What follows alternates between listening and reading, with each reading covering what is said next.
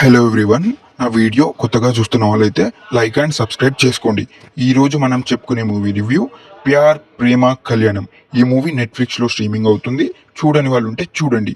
ఈ movie plot వచ్చేసి ఏంటంటే, హీరో మన దుబాయ్లో పని నచ్చక ఇంటికి వచ్చేస్తాడు. హీరోయిన్ ఏమో ఇన్స్టాగ్రామ్స్లో రీల్స్ చేసుకుంటూ ఉంటుంది.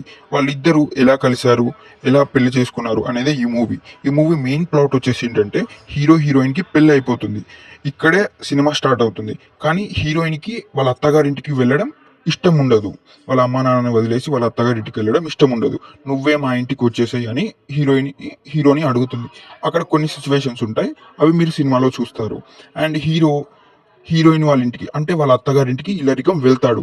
అక్కడ హీరో ఏమయ్యాడు, ఏం చేశాడు, అక్కడ ఉన్న చిన్న చిన్న ఇబ్బందులు హీరో ఎలా ఫేస్ చేశాడు అనేది మీరు సినిమాలో చూస్తారు.